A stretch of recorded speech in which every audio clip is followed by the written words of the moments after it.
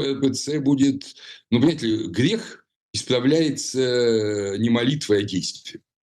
Если вы, грубо говоря, избивали свою жену, вы плохой христианин, если после этого будете молиться: «Боже, прости меня». А вы должны просто пойти и просить прощения у своей жены, и больше никогда не поднимать на нее руку, а наоборот даже позволить, чтобы она вас в отместку пару раз колотушкой стукнула.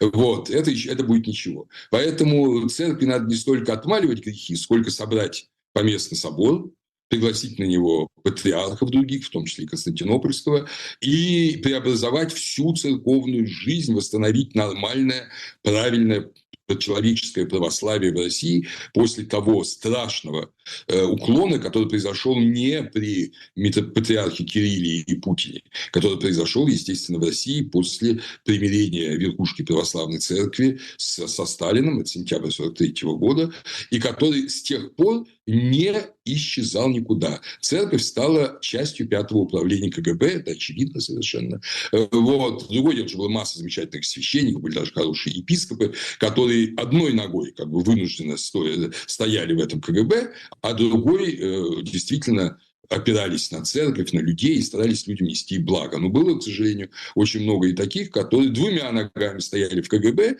и выполняли все приказы, кто на самом деле служили разрушению церкви и духа. Когда, опять же, Горбачев освободил церковь, а это произошло, как вы знаете, в апреле 1988 года, вот знаменитая встреча патриарха еще Пимена с Горбачевым, вот, тогда церковь получила свободу, которую она не ждала, которой она не сумела воспользоваться, не знала, что с ней делать. Я тогда сам оказался очень быстро в таких довольно близких к центру церковной жизни сферах. Я был преподавателем Московской духовной академии, потом меня пригласили в межсоборное присутствие. Вот. И я видел, как люди не понимают.